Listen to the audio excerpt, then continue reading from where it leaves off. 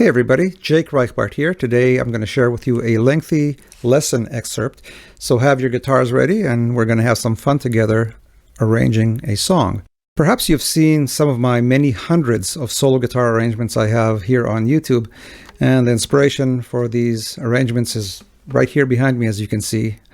I grew up with these vinyls, and I draw pretty much from any kind of style imaginable from the pop music of the past 100 years, everything from Glenn Miller to Van Halen, Alan Holdsworth to Motown, and pretty much anything in between. Beatles, I have perhaps 25 Beatles song arrangements, 20 Steely Dan song arrangements, same for Stevie Wonder, rock, hard rock, Deep Purple, Led Zeppelin, and of course tons and tons of classic jazz standards from the 40s and 50s, bebop, dance tunes, movie themes. And if you want to learn how to arrange any of these songs for solo guitar, I can teach you. Just like the excerpt that you're about to watch, which comes from a lesson that runs about 90 minutes, I have nearly 200 additional titles, and they are mostly song specific. I enjoy teaching through specific songs because I can show you hands-on how I approach arranging a song.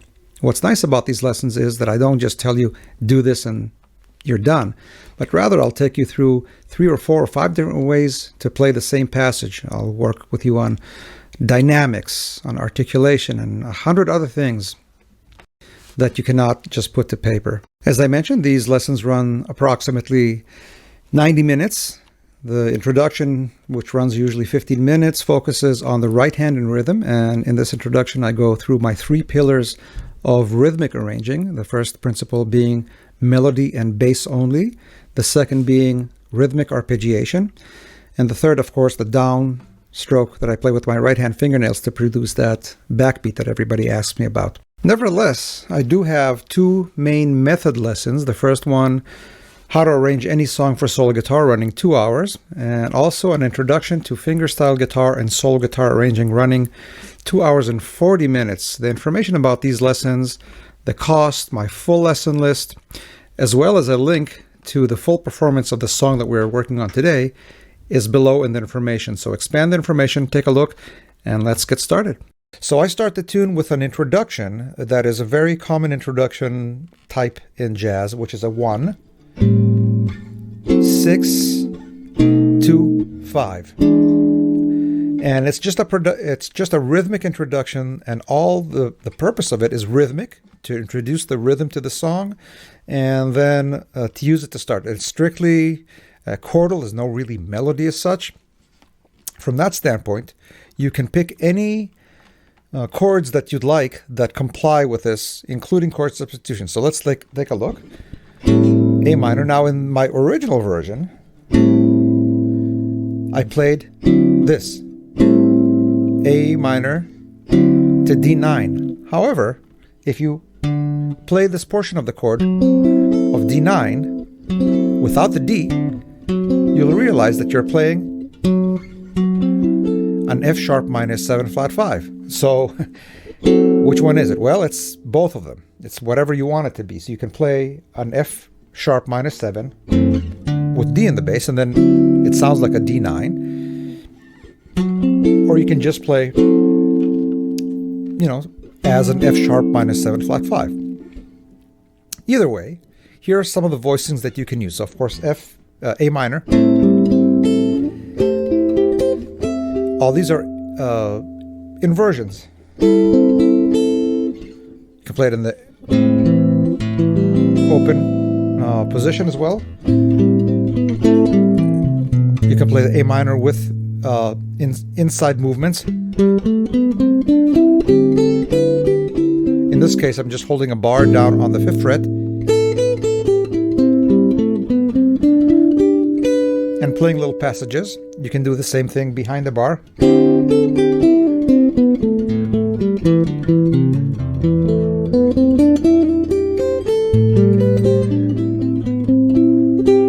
A minor in this position, or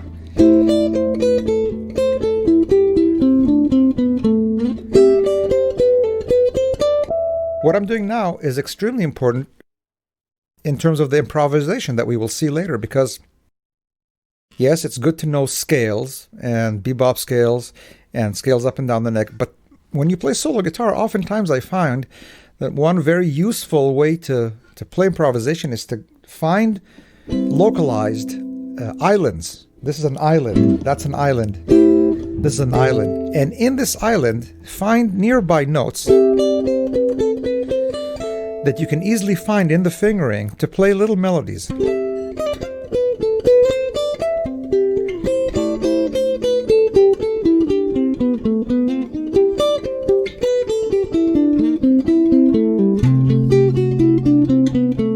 Whether it's this inversion or this inversion.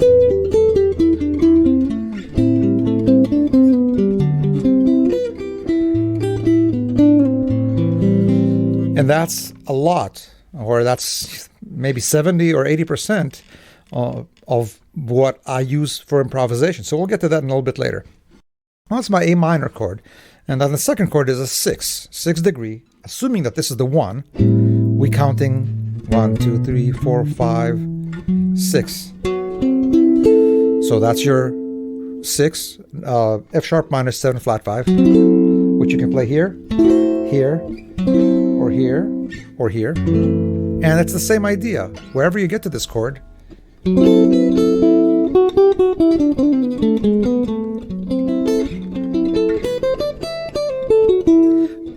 it's an island.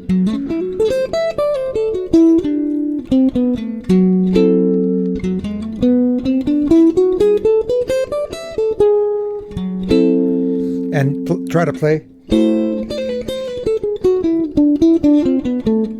notes that are nearby. That are nearby this particular fingering.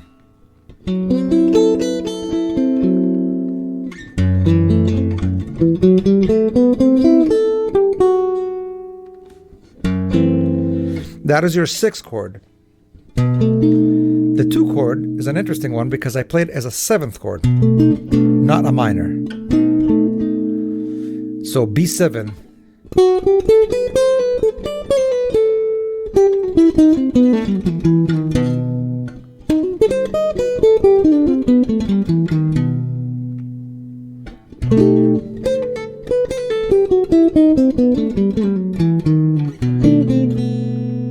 And lastly, an E7.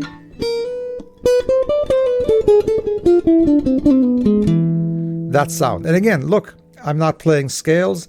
It's not that I know that this is a E harmonic minor. It is, but it's not because I practiced the harmonic minor scale, but I found these little melodies nearby here.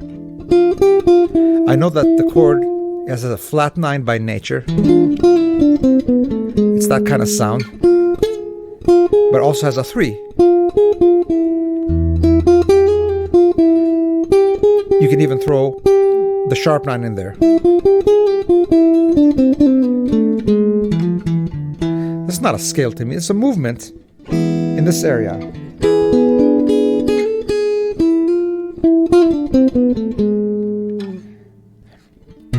And when you put these together, you get a movement like this.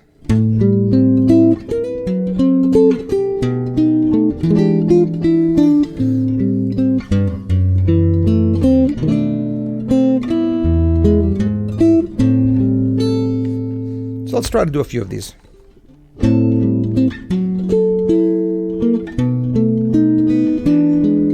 Just try to play just the chords to start with. And you'll notice that I take advantage of open strings here.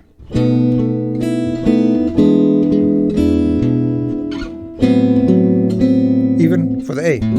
It's a beautiful sound. In this case I'm playing an A, F sharp, C on the 3rd string, and then open B and E.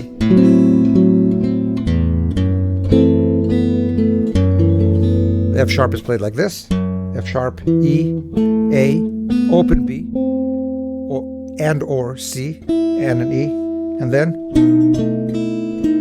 B7, B, A, D sharp, like this, and open B, works really well. And even though you can even throw in the E because it anticipates the E chord. It's like a suspension.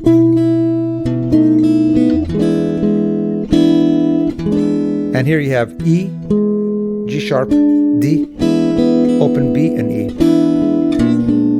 And then tritone substitutions. Instead of an E, B flat.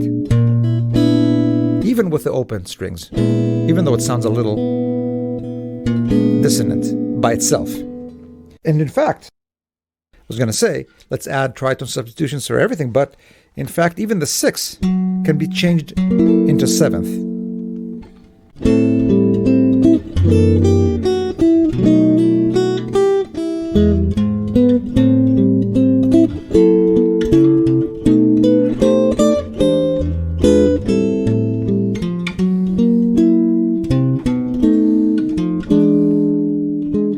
So all of them can be 7th chords. And that comes from the idea of secondary dominance, which is something that I use a lot. The idea is this.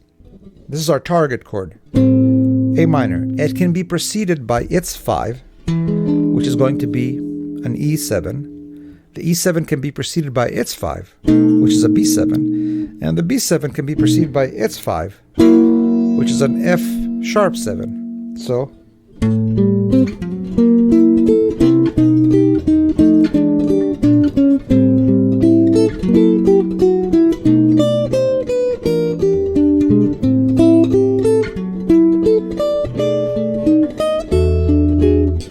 couple more examples of all of these being 7th chords except for the A.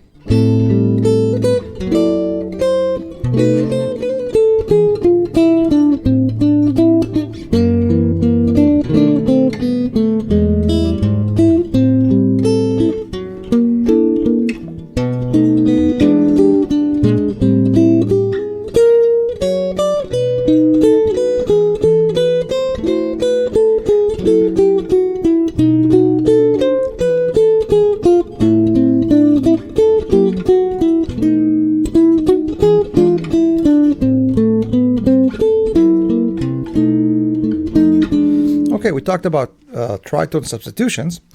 Let's try to apply that here. Each of these 7th chords can be replaced with a tritone. So instead of this, we can play this. Instead of this, we can play this. And instead of this, we can play this. So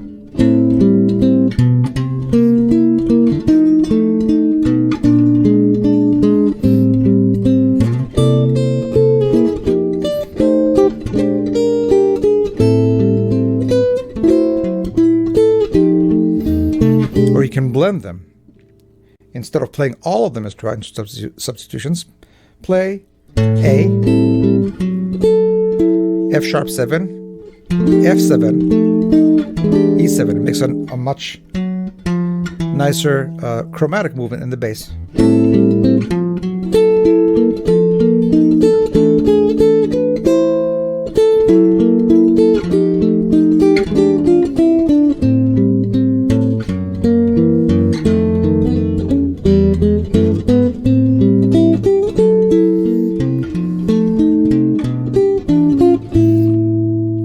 Or replace some of the other ones.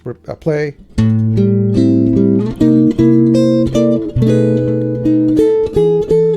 so in this case I'm playing A minor, C7, B7, then E7. So I replaced the F sharp with the C7.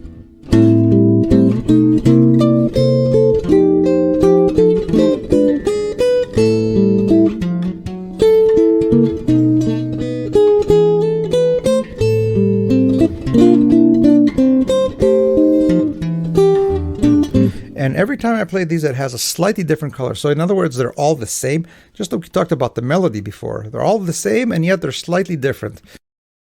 It's a little bit like having a dinner, and you have on the table or in your fridge, you have 20 different hot sauces. I have that in my house because we like to taste different hot sauces.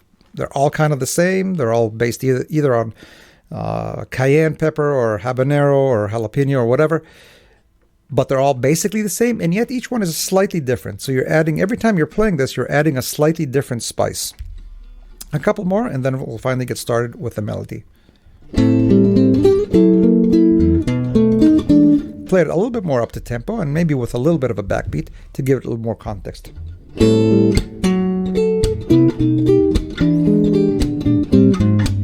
little chromatic movement.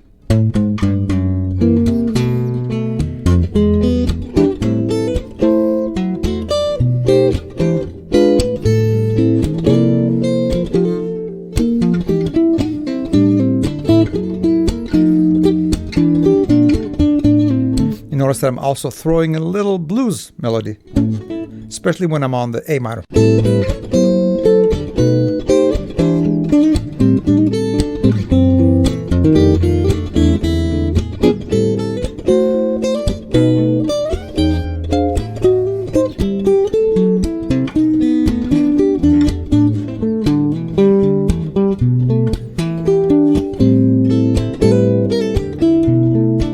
That last example was another interesting substitution, which was no substitution at all. Instead of going from here to here, I just stayed on the A minor. And I just played the 2-5. By the same token, you can eliminate the 2.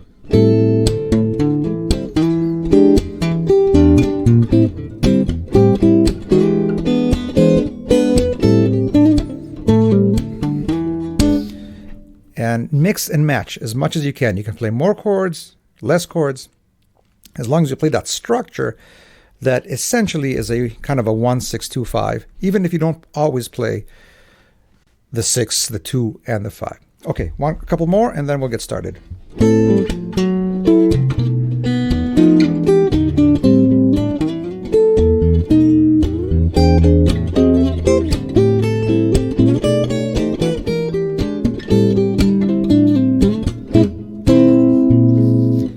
Towards the end, when I'm getting ready to start the song, I play a dramatic E7, or in this case, I played a tritone substitution.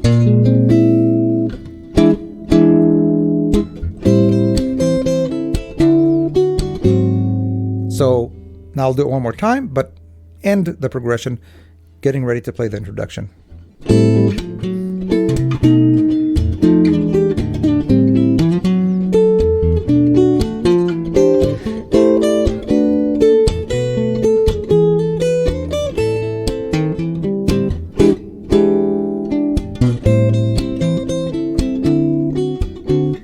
And finally, we're at the melody.